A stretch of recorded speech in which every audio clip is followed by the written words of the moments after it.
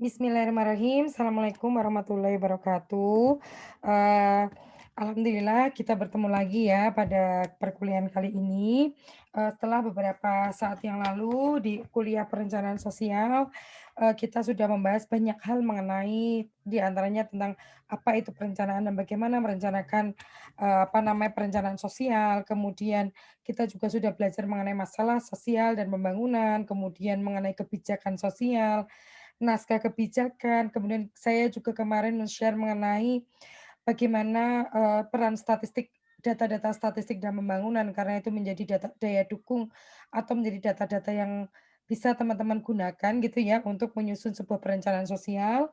Kemudian, saya juga men-share mengenai indeks pembangunan manusia, bagaimana IPM ini menjadi sesuatu hal yang paling penting gitu ya dalam sebuah kebijakan atau perencanaan dalam pembangunan sosial. Nah, sebanyak enggak deh, setelah kita mempelajari banyak hal tersebut, ada hal yang perlu teman-teman ketahui gitu ya, karena teman-teman juga nanti akan membuat sebuah perencanaan sosial. Jadi kalau perencanaan sosial yang telah lalu kita bahas itu kan lebih spesifik dibandingkan dengan perencanaan pembangunan. Nah, alangkah baiknya apabila teman-teman juga mengetahui mengenai ilmu kesejahteraan sosial itu apa, gitu ya. Nah, karena ini ada hubungannya dengan, perencanaan sosial, mata kuliah perencanaan sosial. Meskipun kita dari sosiologi, ini menjadi bagian penting bagi kita, teman-teman, untuk mengetahui mengenai ilmu kesejahteraan sosial. Nah, ini, eee sejarah mengenai kesejahteraan sosial itu berdasar pada tahun abad ke-16 gitu, yaitu oleh Elizabeth Burlow. Ada pembagian masyarakat miskin, yang pertama adalah orang-orang miskin yang kondisi fisiknya masih kuat, the able-bodied poor, diberi pekerjaan yang tidak mau dimasukkan ke workhouse gitu ya. Ini sebenarnya sejarahnya seperti ini. Kemudian yang kedua, ada, orang miskin difabel gitu ya. Nah, ini dimasukkan ke panti yang disebut almhouses yang dikelola oleh swasta.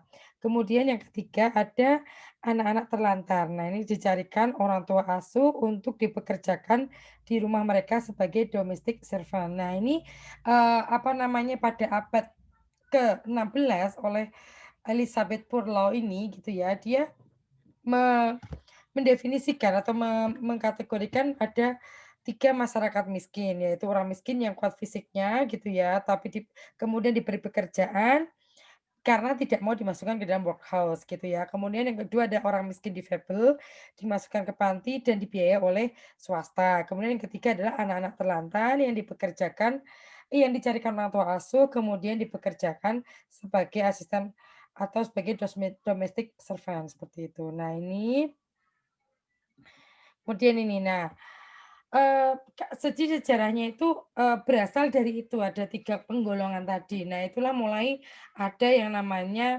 eee, pola-pola penyantunan sosial gitu ya. Nah, ini pola penyantunan sosial itu ada yang diberikan oleh satu negara, kemudian ada lembaga sosial keagamaan, dan juga ada warga negara. Kalau kita lihat dari 3 pola tadi, kita kembali lagi kepada 3 kategori kemiskinan ini, kan yang pertama adalah ini, kondisi fisik masih kuat diberikan pekerjaan. Nah, ini yang tidak mau dimasukkan ke dalam workhouse, ini dibiayai oleh negara, disalurkan oleh negara. Kemudian yang kedua, orang miskin difabel ditaruh di panti, dibiayai oleh swasta. Dan kemudian yang ketiga adalah anak-anak terlantar yang dicarikan oleh orang tua asuh, kemudian dipekerjakan sebagai domestic servant. Nah, ini dari sejarah 3 pengkategorisasian yang dilakukan oleh Elizabeth Tan ini, kemudian muncul bahwa pola penyantunan sosial itu dapat dilakukan oleh 3 stakeholder,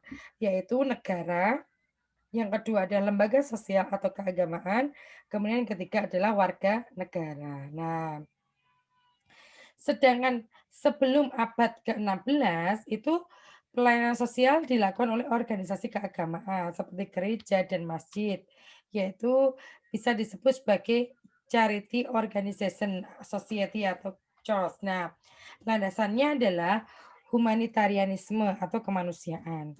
Kemudian tokoh yang familiar adalah Bunda Teresa, yaitu sebelum abad ke-16, yaitu relawan atau volunteer.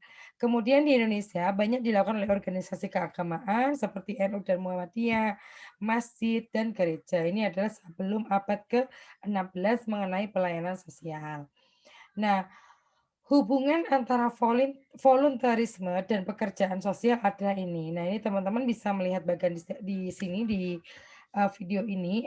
Volunteerisme itu terdiri dari volunteerisme dan juga pekerjaan sosial. Kan ini volunteer itu kan bersifat sukarela gitu ya. Sukarela adalah orang yang melakukan, apa namanya, bantuan sosial, melakukan pelayanan sosial itu adalah bagian dari volunteerisme yang itu disebut sebagai pekerjaan sosial. Nah ini ya. Nah pekerjaan sosial atau social work itu saling beririsan dengan volunteerisme. Jadi memang tidak bisa dipisahkan ya. Orang yang bekerja sosial itu adalah orang yang melakukan volunteerisme seperti itu. Nih ya, oke. Kemudian, nah ini pekerjaan sosial, teman-teman, ini untuk, social worker itu muncul pada abad ke-20 dibandingkan dengan pekerjaan lainnya. Itu ini pekerjaan yang lebih, apa ya istilahnya, pekerjaan yang munculnya itu baru-baru aja gitu ya, tadi dibandingkan dengan pekerjaan-pekerjaan yang lainnya. Nah, pekerjaan pekerjaan sosial atau pekerja sosial ini mengupayakan terjadinya perubahan sosial dengan melakukan pemberdayaan dengan menggunakan prinsip hak-hak asasi manusia dan keadilan sosial sebagai hal yang fundamental. Headline-nya apa? Tadi kita ulangi lagi ya. Pekerjaan sosial itu adalah pekerjaan yang mengupayakan terjadinya perubahan sosial dengan melakukan pemberdayaan, menggunakan prinsip-prinsip hak-hak asasi manusia dan keadilan sosial sebagai hal yang fundamental.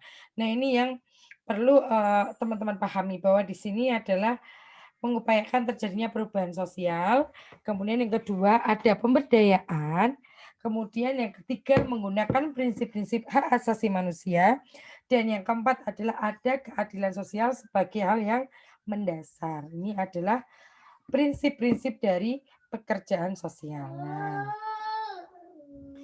Nah, disiplin ilmu yang mempengaruhi, IKS atau ilmu kesejahteraan sosial ada 2 yaitu sosiologi dan psikologi.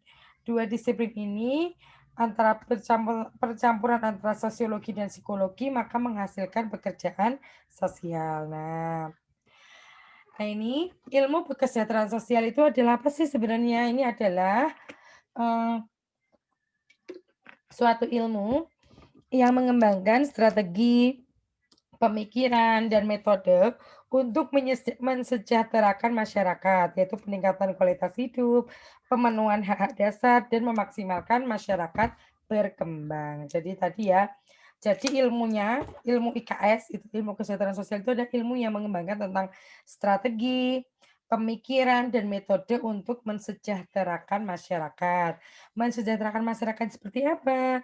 Yaitu peningkatan kualitas hidup, pemenuhan hak-hak dasar, dan memaksimalkan masyarakat berkembang. Nah, ini adalah ilmu kesejahteraan sosial. Nah, ada beberapa pendekatan ya teman-teman dalam, ilmu kesejahteraan sosial yang ini teman-teman bisa pelajari juga gitu. Kalau di kita ada ya, apa namanya, jurusan ilmu kesejahteraan sosial itu ada di Fakultas Dakwah dan Komunikasi. Itu yang pertama adalah pendekatan filantropi sosial. Yang kedua adalah pendekatan Peksos atau pendekatan pekerja sosial. Yang ketiga adalah pendekatan administrasi sosial. Nah, pendekatan filantropi sosial itu seperti apa sih? Nah, kalau filantropi sosial itu pendekatan yang mengandalkan donatur personal ataupun komunitas atau NGO untuk menyelesaikan permasalahan masyarakat. Jadi, kan teman-teman juga ini ya sudah belajar mengenai filantropi ya. Filantropi sosial itu bagaimana menggalang dana gitu ya, donatur dari personal ataupun komunitas atau NGO gitu ya untuk menyelesaikan berbagai permasalahan di masyarakat. Kemudian yang kedua adalah pendekatan pekerjaan sosial. itu mengandalkan tenaga profesional untuk mencapai kesejahteraan sosial seperti pekerja sosial atau social worker itu ya, di panti-panti itu kan banyak tuh ya, social worker gitu ya, di dinas-dinas sosial gitu ya, itu juga mempekerjakan pekerja sosial. Nah, kemudian yang ketiga, mempelajari mengenai pendekatan administrasi sosial, ini penyelesaian masalah gitu ya, menyelesaikan masalah sosial itu dengan mengandalkan intervensi pemerintah melalui berbagai macam program intervensi. Misalnya pengentasan kemiskinan itu dengan mengadakan ada bantuan langsung tunai, ada program pemberdayaan masyarakat, kemudian juga ada, bantuan untuk pendidikan itu PKH dan sebagainya. Itu adalah pendekatan-pendekatan yang dipelajari di ilmu kesejahteraan sosial. Nah ini ya, ini pendekatan komprehensif IKS itu adalah pekerjaan sosial, ada pembangunan sosial dan juga ada kajian pembangunan pembangunan, maka menghasilkan ilmu kesejahteraan sosial. Jadi nanti pendekatan-pendekatan atau ilmu yang dipelajari di IKS atau ilmu kesejahteraan sosial itu ada mengenai apa itu pekerjaan sosial, bagaimana sih strategi dan teknis dalam melakukan pekerjaan sosial. Kemudian yang kedua, mempelajari juga pengetahuan mengenai pembangunan sosial. Ini Kak, kita di sosiologi juga mempelajari mengenai pembangunan sosial. Apa itu pembangunan? Bagaimana pembangunan sosial yang spesifik? Bagaimana pembangunan sosial itu untuk menyelesaikan masalah-masalah pembangunan atau masalah-masalah yang ada di masyarakat. Kemudian di IKS juga pendekatan komprehensif juga mempelajari mengenai kajian pembangunan. Seperti apa sih pembangunan-pembangunan sejarah, kebijakan, kemudian juga apa yang telah dilakukan di dalam pembangunan. Gitu, seperti itu ya. Ya udah Mama pelanin, Dek. Mohon maaf ya, ini Bu Astri rekaman di hari Sabtu, jadi sambil ngomong. Nah, oke. Nah ini, ilmu kesejahteraan sosial ini secara luas memperhatikan beberapa variabel atau aspek-aspek ini ya. Ada aspek ekonomi, budaya, kesehatan, hukum, politik, lingkungan hidup, sosial, pendidikan, dan juga spiritualitas. Nah, ekonomi jelas, kita kita dalam IKS itu membahas mengenai ekonomi, terkait dengan pemberdayaan ekonomi, pemberdayaan bagaimana kesehatan itu tidak tercapai, bagaimana upaya kesehatan yang tercapai karena berdasarkan ekonomi yang lemah dan sebagainya. Kemudian budaya, kesehatan semuanya dibahas dalam ilmu kesejahteraan sosial. Oke, kita lanjut lagi ya mengenai, bahasan per aspeknya gitu ya. Nah ini ternyata yang slide-nya Bu Astri tidak saya tambahkan, tetapi ini nanti kita bahas satu persatu. Kalau budaya, bahwa memang, dalam IKS kesejahteraan sosial itu, budaya menjadi komponen yang penting. Dan biasanya teman-teman untuk kalau saya waktu sebelum ngajar di sosiologi, saya juga mengajar di jurusan ilmu kesejahteraan sosial, bagaimana budaya itu harus melekat pada, strategi-strategi yang dilakukan oleh social worker itu ketika dia bekerja di suatu wilayah yang berbeda, itu harus menyesuaikan dengan budaya-budaya yang ada di daerah tersebut. Kesehatan, kita juga membahas mengenai kesehatan, hukum, politik, lingkungan hidup, dan sebagainya. Nah, ini apa namanya, dimensi-dimensi yang dibahas dalam, apa namanya, ilmu kesejahteraan sosial. Oke, terima kasih teman-teman. Ini sedikit, apa namanya, bahasan mengenai ilmu kesejahteraan sosial. Semoga bisa menambah wawasan teman-teman bagaimana, oh ternyata misalnya ya kalau kita kaitkan dengan perencanaan sosial, oh ternyata ketika kita membuat perencanaan sosial, pendekatan dalam menyelesaikan permasalahan masyarakat itu bisa dengan menggunakan 3 pendekatan. Maka teman-teman bisa menggunakan strategi ini, misalnya pendekatan filantropi sosial, pendekatan pekerjaan sosial, atau pendekatan administrasi sosial. Ini yang maksud Bu Astri kenapa teman-teman perlu mempelajari mengenai ilmu kesejahteraan sosial, karena kita bisa mengambil salah satu strategi ini dalam penyusunan perencanaan sosial. Seperti itu nggih. Dan juga ini, apa namanya, aspek-aspek yang tadi, ini ya, aspek-aspek ini tidak bisa apa istilahnya, dilepaskan gitu ya dari aspek-aspek perencanaan sosial. Seperti itu ya. Mungkin cukup ini saja yang kita bahas, kita bertemu lagi dalam bahasan selanjutnya yang insya Allah nanti akan Bu Astri share juga video mengenai nilai dan prinsip dari kesejahteraan sosial. Demikian, semoga bermanfaat. Assalamualaikum warahmatullahi wabarakatuh.